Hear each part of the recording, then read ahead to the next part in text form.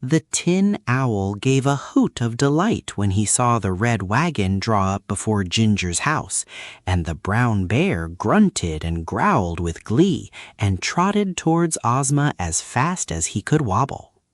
As for the canary, it flew swiftly to Dorothy's shoulder and perched there, saying in her ear, "Thank goodness you have come to our rescue."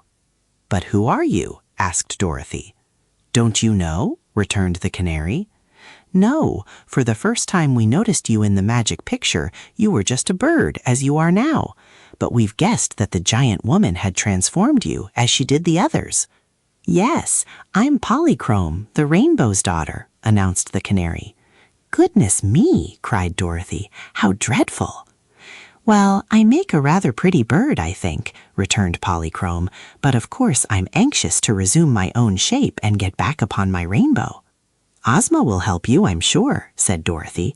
"How does it feel, Scarecrow, to be a bear?" she asked, addressing her old friend. "I don't like it," declared the Scarecrow Bear. "This brutal form is quite beneath the dignity of a wholesome straw man." "And think of me," said the owl, perching upon the dashboard of the red wagon with much noisy clattering of his tin feathers. "Don't I look horrid, Dorothy, with eyes several sizes too big for my body, and so weak that I ought to wear spectacles?" "Well," said Dorothy critically as she looked him over, "you're nothing to brag of, I must confess, but Ozma will soon fix you up again."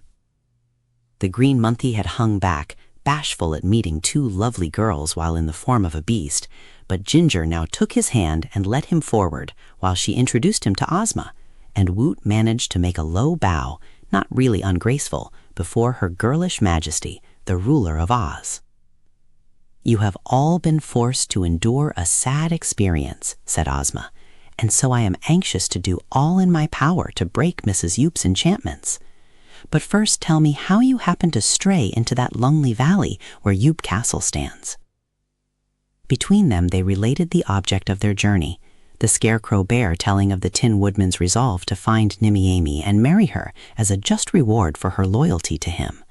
Woot told of their adventures with the loons of Loonville, and the Tin Owl described the manner in which they had been captured and transformed by the giantess.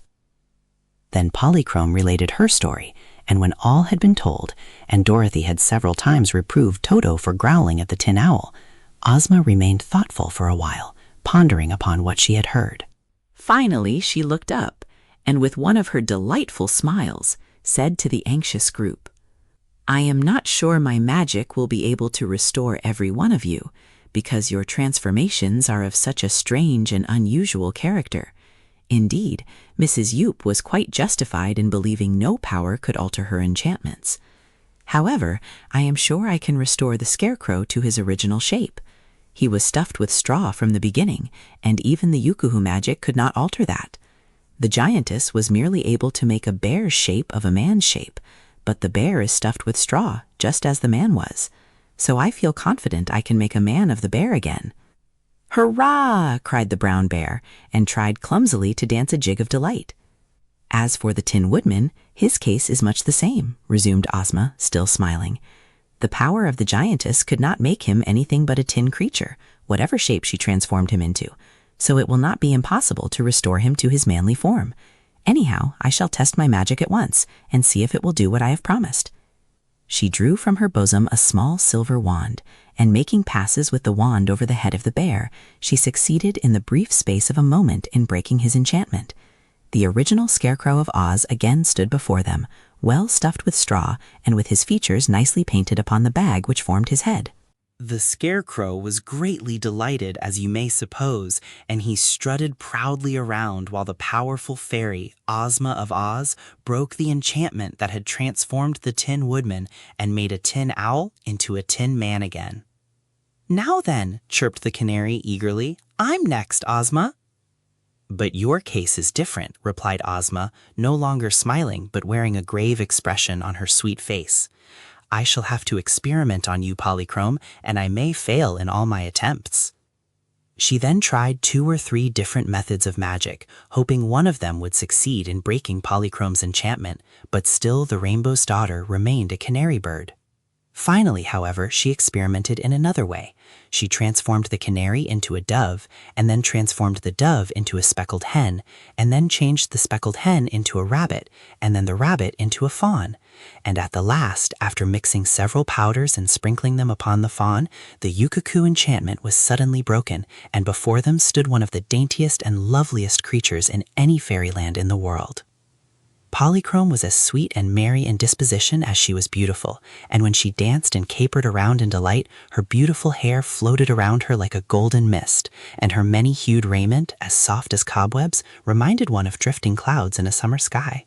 Woot was so awed by the entrancing sight of this exquisite sky fairy that he quite forgot his own sad plight, until he noticed Ozma gazing upon him with an intent expression that denoted sympathy and sorrow. Dorothy whispered in her friend's ear, but the ruler of Oz shook her head sadly. Ginger, noticing this and understanding Ozma's looks, took the paw of the green monkey in her own hand and patted it softly. "Never mind," she said to him. "You are a very beautiful color, and a monkey can climb better than a boy and do a lot of other things no boy can ever do."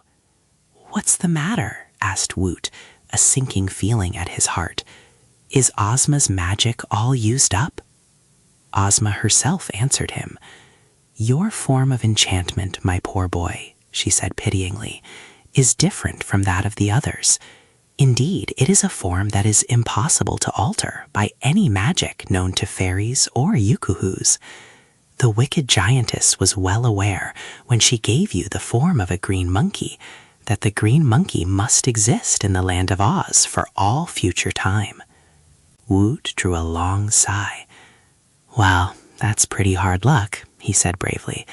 "But if it can't be helped, I must endure it. That's all. I don't like being a monkey, but what's the use of kicking against my fate?"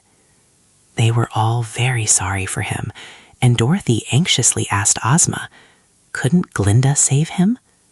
"No," was the reply. "Glinda's power in transformations is no greater than my own." "Before I left my palace, I went to my magic room and studied Wood's case very carefully.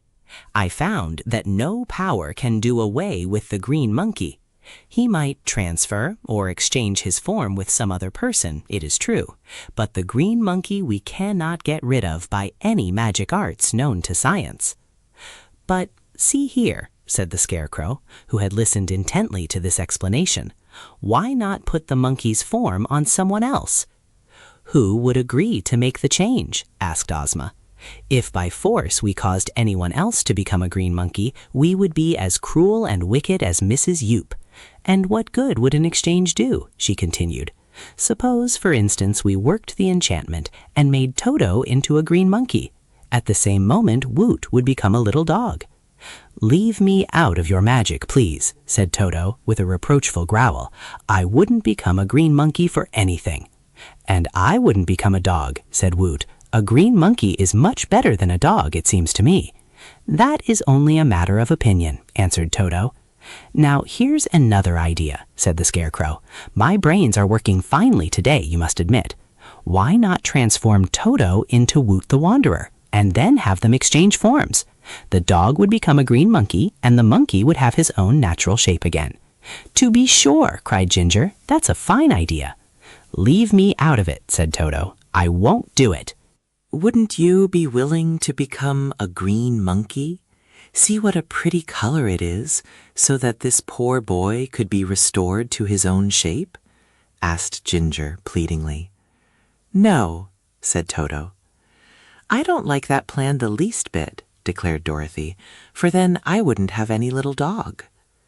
"But you'd have a green monkey in his place," persisted Ginger, who liked Woot and wanted to help him. "I don't want a green monkey," said Dorothy positively. "Don't speak of this again, I beg of you," said Woot. "This is my own misfortune, and I would rather suffer it alone than deprive Princess Dorothy of her dog, or deprive the dog of his proper shape. And perhaps even Her Majesty, Ozma of Oz, might not be able to transform anyone else into the shape of Woot the Wanderer." Yes, I believe I might do that, Ozma returned. But Woot is quite right. We are not justified in inflicting upon anyone, man or dog, the form of a green monkey. Also, it is certain that in order to relieve the boy of the form he now wears, we must give it to someone else, who would be forced to wear it always. I wonder, said Dorothy thoughtfully, if we couldn't find someone in the land of Oz who would be willing to become a green monkey. Seems to me a monkey is active and spry, and he can climb trees and do a lot of clever things, and green isn't a bad color for a monkey. It makes him unusual. I wouldn't ask anyone to take this dreadful form, said Woot. It wouldn't be right, you know. I've been a monkey for some time now, and I don't like it.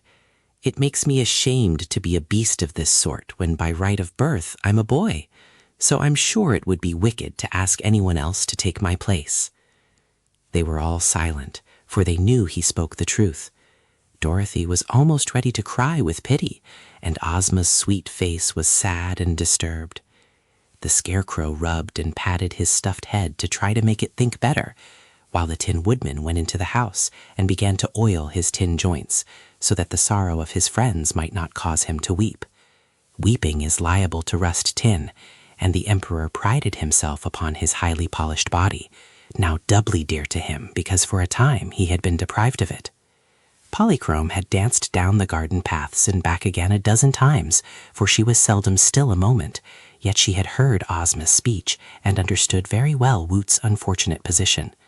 But the Rainbow's Daughter, even while dancing, could think and reason very clearly, and suddenly she solved the problem in the nicest possible way. Coming close to Ozma, she said, "Your Majesty, all this trouble was caused by the wickedness of Mrs. Yoop, the giantess. Yet even now that cruel woman is living in her secluded castle, enjoying the thought that she has put this terrible enchantment on Woot the Wanderer. Even now she is laughing at our despair because we can find no way to get rid of the green monkey. Very well, we do not wish to get rid of it. Let the woman who created the form wear it herself, as a just punishment for her wickedness. I am sure your fairy power can give to Mrs. Yoop the form of Woot the Wanderer, even at this distance from her, and then it will be possible to exchange the two forms. Mrs. Yoop will become the green monkey, and Woot will recover his own form again." Ozma's face brightened as she listened to this clever proposal. "Thank you, Polychrome," said she. "The task you propose is not so easy as you suppose, but I will make the attempt, and perhaps I may succeed." The Green Monkey.